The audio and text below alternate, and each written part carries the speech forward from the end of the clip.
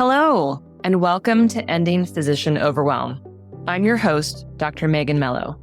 I'm a family and obesity medicine physician, as well as a certified life coach for physicians. In this podcast, we talk about how the learned habits of people-pleasing, perfectionism, and a lack of boundaries show up in our lives and how they contribute to burnout, exhaustion, and overwhelm. The healthcare system is broken, my friends, but let's not wait for it to be fixed in order to feel better.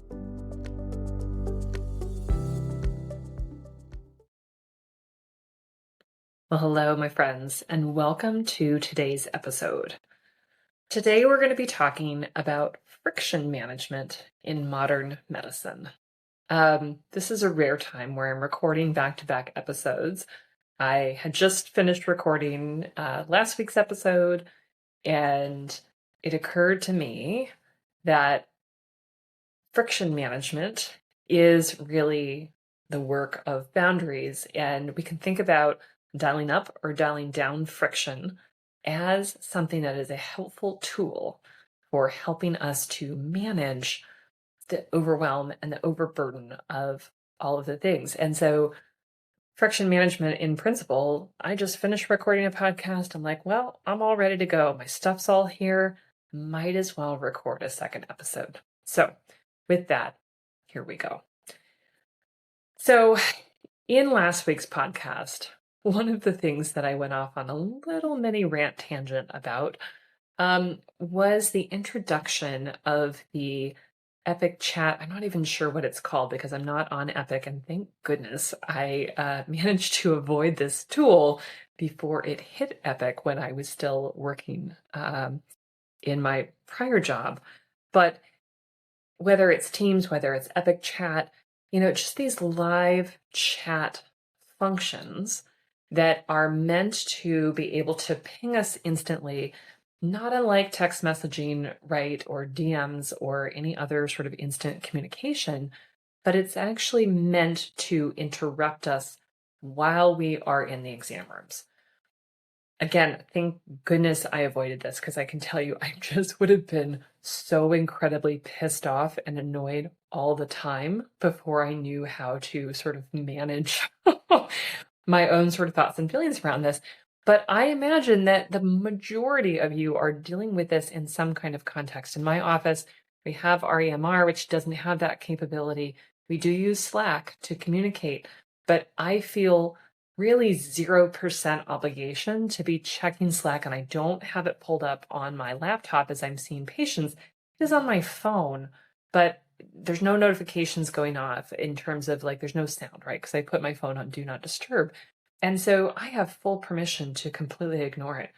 In the rare times that my office will, come and interrupt me, and it's literally only 10 steps from the front desk to my exam room, they do have to knock, and they do it, thankfully, so rarely that, I feel incredibly lucky to be in that. But so many of us are dealing with these constant interruptions, right?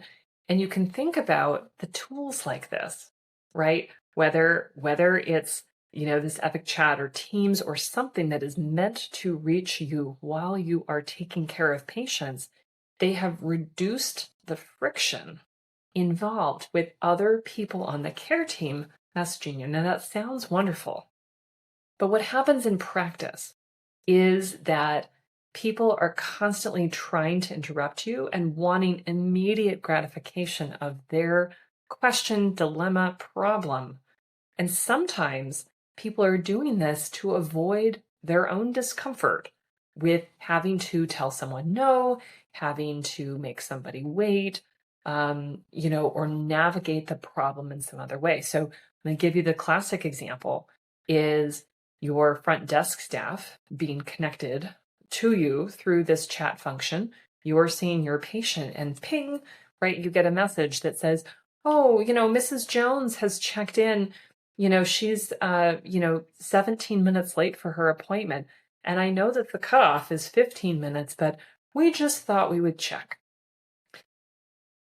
That is someone who, for whatever reason, whether that's kindness or their own discomfort with telling Mrs. Jones no, is choosing to not uphold the policy without getting you involved because there is a low friction way for them to reach out and communicate with you so that you get to be the decider.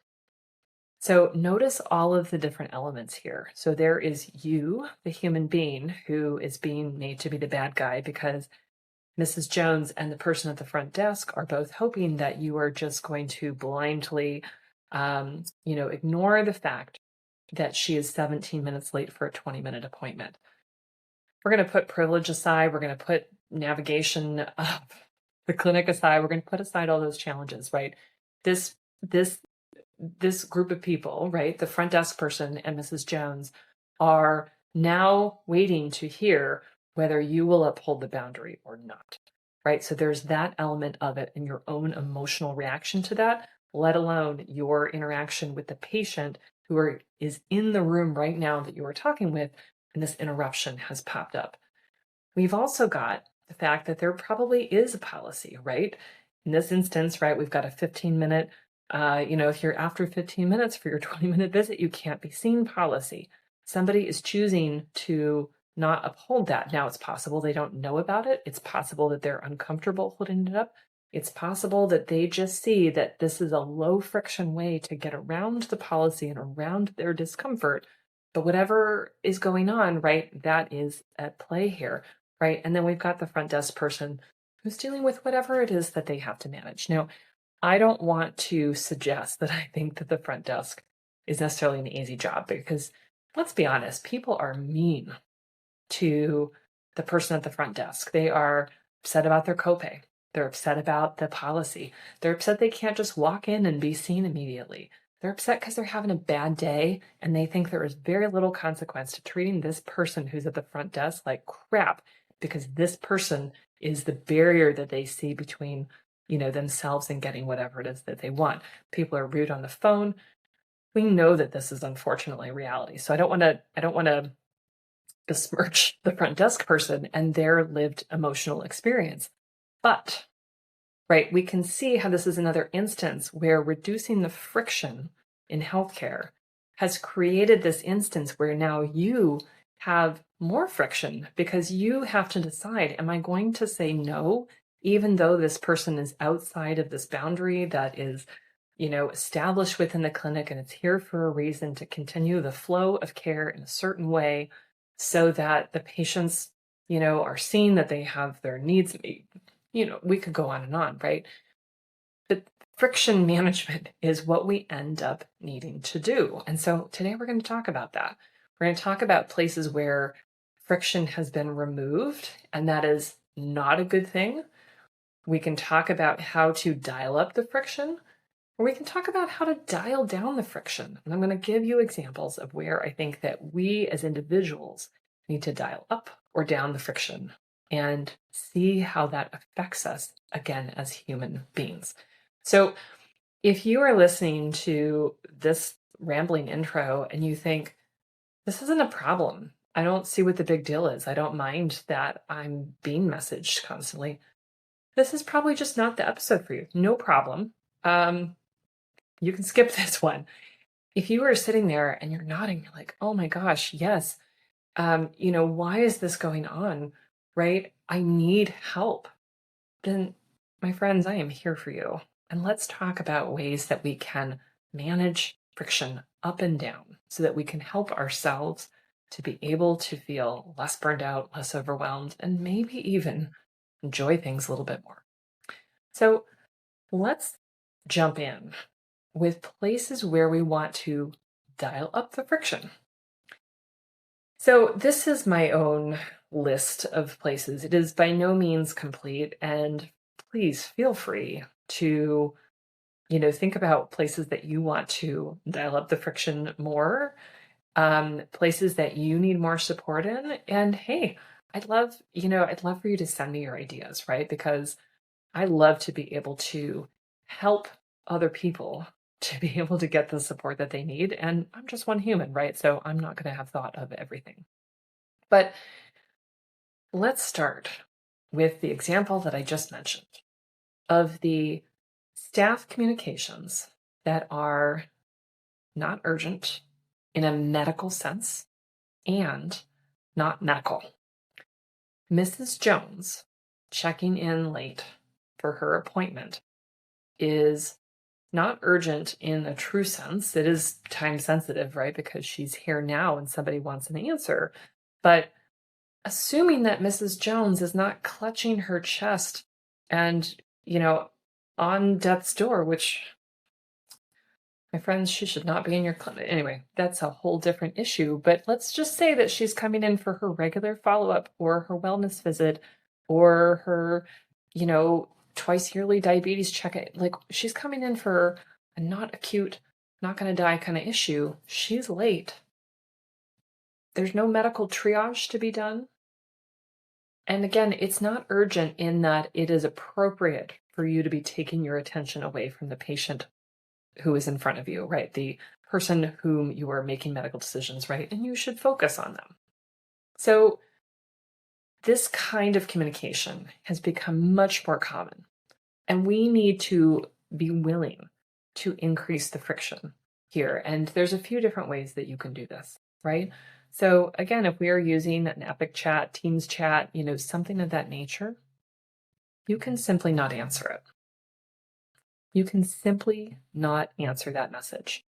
You can tell just from that briefest glance that this is about someone at the front desk or someone, has come in with forms that they want filled out instantly, or someone just dropped by to see if you're available to chat or something of this nature. You have permission. I'm giving you cosmic permission here to not answer. Just don't reply. Another approach to this is to have some kind of an auto response that you have ready to go. I love a dot phrase here. I love you choosing pre-written text that you respond without even thinking to this message. And it can be as simple as, I am currently taking care of a patient. I am not able to answer this non-urgent, non-medical question. Please refer to, you could keep it just like that, right? You are saying, I am not going to be involved with this, basically. You could put additional language, if there is a concern that, you need help, please contact the manager, please contact the medical assistant. You may not be able to be that specific, and that is okay, because in the olden days, right, someone would have to get up from their desk. They'd have to come knock on the door.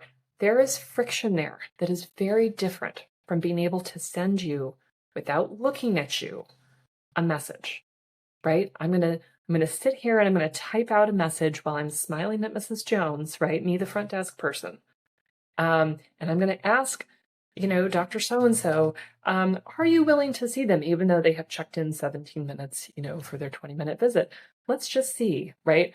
We are in a low friction state there, and I want you to increase the friction. Increase the friction by not responding so that they stop doing that, or responding with a non-answer. I can't answer your question right now. I am currently seeing a patient, right?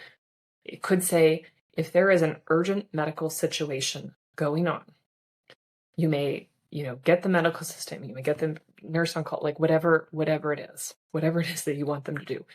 You could say, you can come knock on my door. If you are concerned about, some kind of urgent medical condition, you want to increase the friction there. This is not meant to be mean to the front desk.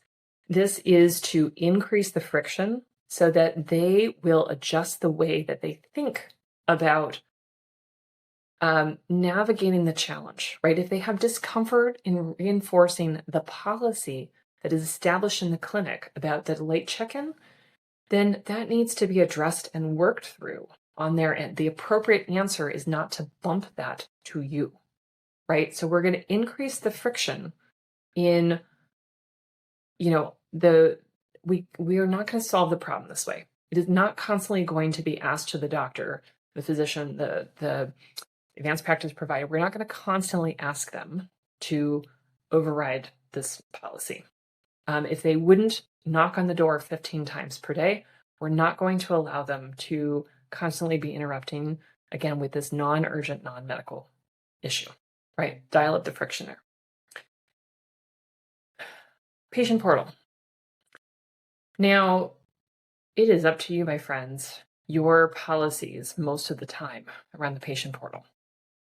As the patient portal became more ubiquitous, patients got very used to and comfortable sending very long, messages and replacing appointments with medical questions through the portal. You get to decide, and I'm going to tell you, it is your responsibility to decide, what am I going to choose to handle or not? Because very few of us, and not zero of us, but I'd say fewer and fewer of us are having messages really adequately triaged, right? You might have a nurse of some kind who is reading through messages, responding to patients, letting them know that sounds important, that needs an appointment. If you don't have that, or you do have it, but it's not reliable, then I want you to increase the friction in your response. Patient sends you multiple paragraphs with multiple questions. Write back. And again, here's a dot phrase. Thank you for your question. These are important questions, and I would love to be able to discuss them with you. Please schedule an appointment. Done. Sign off. If your pacing is such that you don't have support I'm assuming that you don't have the time covered to be able to sit there and write paragraphs back.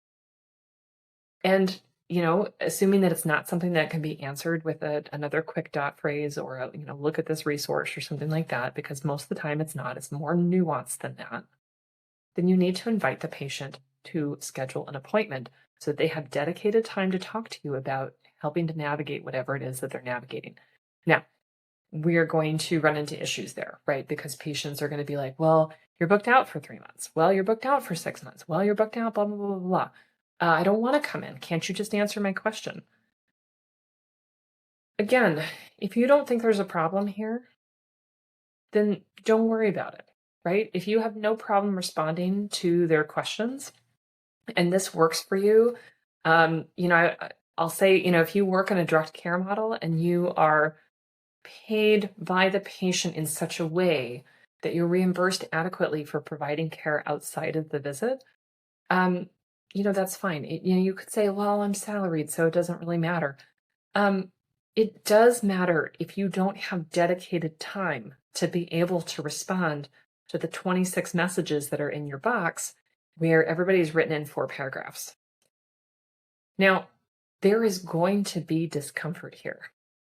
There is going to be discomfort here because you also know that you're booked way out. You know that there's going to be pushback. You know that patients want, you to respond and to be able to bypass, not for evil reasons, but they don't want to come in. They don't want to come in. They don't want to pay a copay. They don't want to take time out of their day, whatever. But we are not equipped to be able to sit and spend 5 to 10 minutes per message thinking through and navigating and responding. Again, I'm assuming that you are not set up to do that. And again, you probably have a volume of messages that you're addressing, right? So you need to figure out easy ways to dial up the friction for the patients, not because you don't want to take care of them, because you are not resourced to be able to take care of them in that way. This is not meant to be evil. This is not meant to not take care of your patients, but it is to acknowledge, right, that this cannot be a replacement for medical care. We did not invent the way that medical care is currently reimbursed and practiced and adjusted and, scheduled. We did not invent that. But we cannot also be the victim of it and to endlessly donate our time that is not compensated, that is not accounted for in the way that we are scheduled to do our work. Now, if medicine gets its head out of its butt and is able to say, oh, you know what? We can provide a lot of care this way. Maybe the reimbursement situation is not, adequate the way that we've been doing things. What if we scheduled, a certain number of visits and a certain amount of time for our, providers to be able to respond to questions? And what if we had the team be more, there could be a lot of different solutions right now. But until that day comes, you will need to learn how to navigate it. And again, unfortunately, we're going to need to dial up the friction. I think each of us as humans, right, we would love for there to be low friction. I can just send my provider a message. I can just send my physician a message. They'll just order me whatever I'm asking for. I don't want to waste my time. I don't want to waste my time, right? Finding an appointment, going and dealing with that. And on the other hand, I also want my physician to have a sustainable life. And knowing that she does not have time set aside in her schedule to be able to just accommodate my needs just because I don't want to be inconvenienced doesn't make it okay for me to just assume that that's the way that I should be doing things either on the patient side. This is a whole area, right, where we as a society could make a lot of different choices. But I invite you to be able to say, you know what? My sustainable career is important. Boundaries are important. And I'm going to dial up the friction in my response to patient messages. I love the phrase, thank you for your questions. This sounds really important, and I would like for you to schedule an appointment. I know that it may take some time for you to get in to see me, you could say. However, I don't think it's appropriate medical care for me to be able to, thoroughly investigate and answer your questions. Please schedule an appointment. You can come up with as many phrases. You can turn to AI to help you generate phrases, right? To auto-populate that you can just turn into dot phrases, be able to say. We can acknowledge that they're important questions. We can empathize that we wish the patient wasn't experiencing this, that we wish that the wait time wasn't so long, that if we think it's really urgent, that they should be seen more urgently and they should figure out how to do that, whether that's urgent care or calling the clinic to see one of your partners, any number of different ways, right? But we cannot continue to donate our time. We don't have it. It is literally sucking the life out of us. Go back and listen to last week's episode, right, where I talked about the realities of harm to us in healthcare. So another area for us to dial up the friction is the difficult patient who disagrees with you. Now, people pleasers, I love you. I know you. I am you, right? This is a real challenge. And I'm not suggesting that we be rude, that we be mean, any of those things. And I am assuming in this circumstance that our patients have other choices in terms of other people that they could see. That is not going to be true if you are a super subspecialty person, or perhaps you work in a community health care, even if you work in a community health system, there are other options. So again, I'm going to acknowledge that this is a privileged position, but the difficult patient who cannot communicate well with you, who constantly disagrees with your medical advice, and they continue to come back and see you. You are allowed to dial up the friction and let them know that your position is based on the evidence, your experience, and they are welcome to seek other opinions. They are welcome to, change primary care physicians. They're welcome to get another specialist involved, a second opinion from another specialist, perhaps in your department or perhaps at a different institution. Again, I'm assuming here that we are in a setting where there is some choice involved. I myself will find myself sort of wrestling with these patients who continue to come back to see me. They don't seem to like me. They don't seem to like the choices that I'm giving them. They sort of are never on board with the plan. And I was like, why are you back? Why are you here? Not from a cynical, mean place, but I'm just like, you have other options, right? You know that I'm not the only person in this clinic or in this general vicinity who could be caring for you. I would argue that there are sometimes weird dynamics that we don't understand, like the patient actually trusts you a lot more than they're sort of letting on.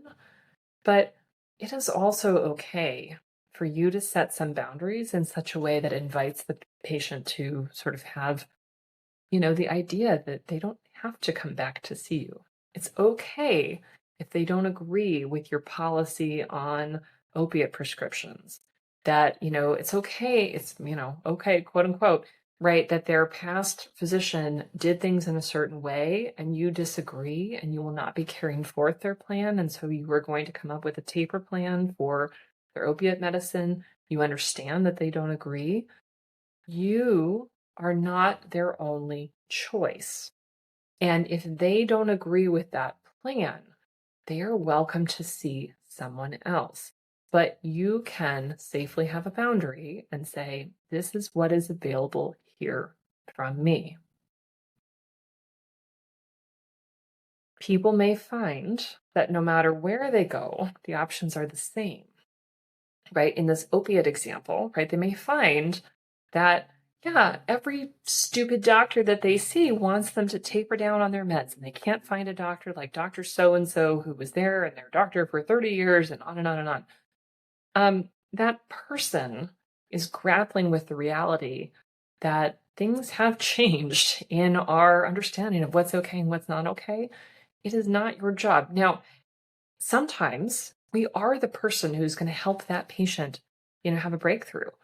But you are welcome to have the boundaries, whether they are, kind of your medical boundaries in terms of what you will and won't do in being part of their care. And it might also be, some other kind of non-medical boundary, logistical boundaries. Like, I am willing to add them on at the end of the day, but I'm not willing for them to be the first appointment of the day because they inevitably show up late and they inevitably, take the day, astray, whatever it is. It is okay for you to decide how you will navigate these difficult patients because, frankly, we need to have safe and healthy boundaries with difficult patients in order to be able to sustain our careers in medicine. Again, I recognize that that is a privileged circumstance and it's not going to be as feasible as we would like it to be. Right? If we are working in the emergency room and there is one emergency room in town, they don't necessarily have another option, right? Does that mean that you will automatically go along with whatever treatment or test it is that they are, demanding? No, but they may not have other options, right? And so you will need to decide your boundaries in that relationship as well. So, all right. Another area where I invite you to dial up the friction, right, is when you are invited to participate in, I'm thinking, non-medical, non-clinical opportunities that do not light you up, right? Committees, meetings, leadership, some kind of thing that you are asked to take over, party planning, right? Women physicians are always tasked with party planning. I've not seen my male colleagues, either step up and volunteer for that or be voluntold for that kind of stuff. But we all know what I'm talking about. When there are things that, again, don't light you up, you're not that interested in doing, that are, not at all care related, no one's health is going to be affected by them, it is okay to make it more difficult to get yourself involved with that, right? Well, I understand that you want me to join the committee. In order for me to join the committee and have the time and energy to devote to that, I'm going to need, to have an appointment blocked off the schedule on those days when the meeting's going. I'm going to need some admin time. If you want me to, I don't know, contribute to the patient newsletter, I'm going to need some time set aside so that I can do a high quality job. It is okay to find ways to say no or no unless, right? And create some healthy boundaries there. It's okay to do that because we have to. We have to take care of ourselves. We have to protect ourselves and our boundaries. Now, there are also some places where I would like to invite you to dial down the friction. dial down the friction that is involved with getting your notes done and closed. Whether this is using an AI scribe or an in-person scribe, or creating more dot phrases or templates for yourself that make it easy to get the clinical information down so that you can close the note, whatever it is that we need to do to dial that down, bullet points, writing less, whatever it is, we need to do that. We need to do that because people are drowning in the time that they spend on the documentation. Now, again, there are a variety of different ways that you can tackle this, but there are things I know that I type over and over again, and I have to remember that needs to be a phrase. I need to make that into auto text, right? I've mentioned before that I use an AI scribe, and it's an AI scribe that I can customize the templates for. And so every once in a while, I tweak or invent a new template, right, that can help to support making it easier. That's me dialing down the friction. Now, there is a little friction involved in sometimes creating, hiring, training, those elements of it. But I can't tell you how grateful I am every time that I realize, oh, I've made it through the day. These things are done. These things are, just it's done. It's easy.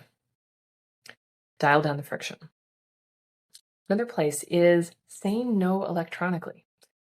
Again, this is a great place to have dot phrases or auto text, whatever you call it, that you can say no.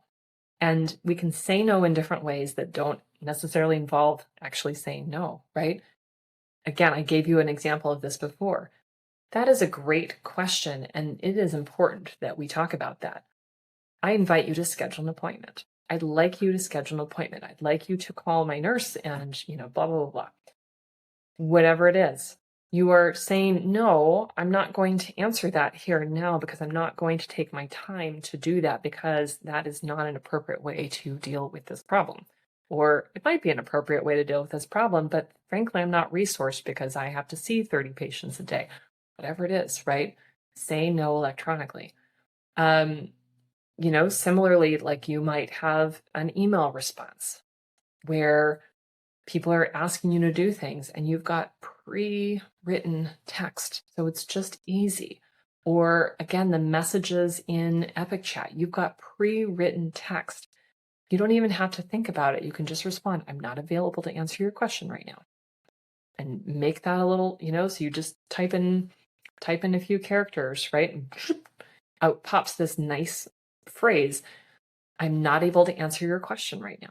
If this is a medical emergency, please do such and such, right? You've reduced the friction for yourself in responding. So notice in that example, right, we've dialed up the friction in that, no, this is not an appropriate way to solve this non-medical administrative, problem that you're having. And we've reduced the friction by making it easier for us to say no electronically, right? Lovely. There is a nice meeting of the minds there. So we can do this in the chat function. We can do this in our inbox, our medical inbox as well as our email inbox, right? Make it easier for you to say no electronically. Again, you can use polite language. You don't even have to think about it because you have done it in advance. You can now, pull up ChatGPT or whatever your AI, tool of choice is, and you can ask it, please, I am a busy physician and I have to see so many patients a day and I frequently get messages like this. Please come up with auto text, right? That helps me respond to the patient or the staff or whatever, right? It can write it for you. It can be very gracious and lovely. It can communicate that you think that person is important and you think their questions are important, but you are not able to answer them in this medium, or that it's not appropriate for them to interrupt you, but in polite language that communicates this is not a way to solve the problem of Mrs. Jones being 17 minutes late for her 20-minute appointment, and we've got a policy about 15 minutes, right? We can have easy auto text to be able to send it back so that we reduce the friction, we make it very easy, we get it off our plates. Love it. The next and last thing that I have on my list for you of things to dial down the friction on is anything that helps you to be able to live and work more healthfully or more sustainably. So that might be things such as people to come clean your house, meal prepping, right? So that you have healthy lunches and you're not constantly scrounging for donuts in the lounge. It might be setting your exercise stuff out, right? So that it's just easy for you to wake up in the morning and put on your exercise clothes and get out the door. It might be registering for a class, like an exercise class that happens after work, right? At 5:30, and your last patient, like you're gonna have to stay on time to be able to get to it. And there's some kind of a cancellation policy in place that you're gonna forfeit the cost, right? If you don't show up, right? That's gonna put a little friction the other way, right? Of, ooh, I'm putting friction in place that is uncomfortable for me to not show up for that class. I know I feel good when I actually go and I actually do the class, but there's friction there of like, oh, I have to go more quickly, right? If we make it a little bit unpleasant or uncomfortable to skip it, right? Because we've signed up, we're going to do a cancellation thing. We're going to be, losing, money or whatever it is, that is going to help us. If it's a meal service, if it is, a after school hours nanny who drives the kids around, there could be any number of things. But where there is a way to make something in your life easier that helps you to be healthier or to have a more sustainable, career or time as a parent or whatever it is, do it. Please do it.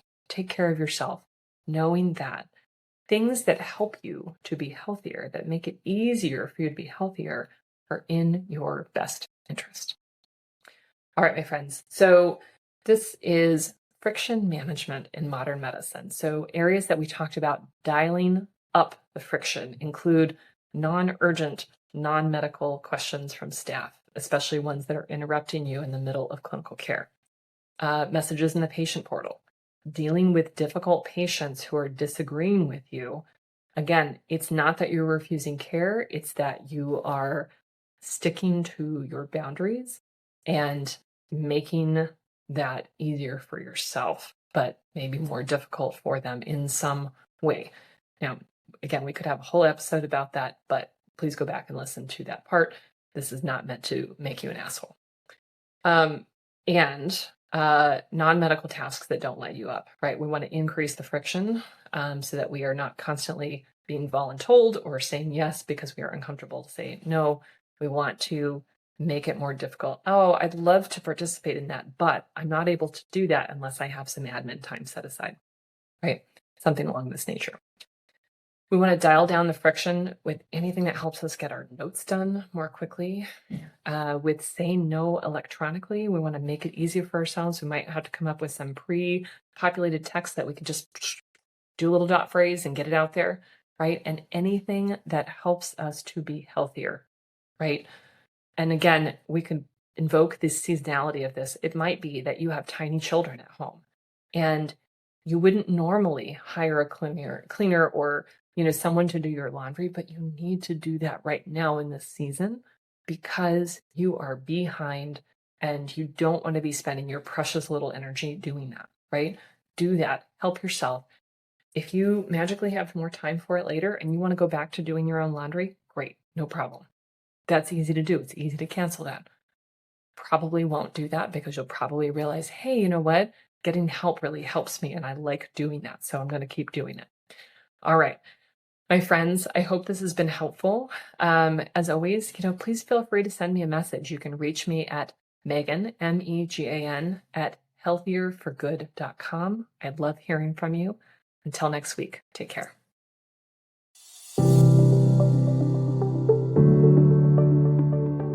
Well, that's our show for today. Thank you as always for listening. To learn more about my coaching programs, head to www.healthierforgood.com. And if you love this podcast, please drop us a review on iTunes or support the show by clicking the link in the show notes. Until next time, take care.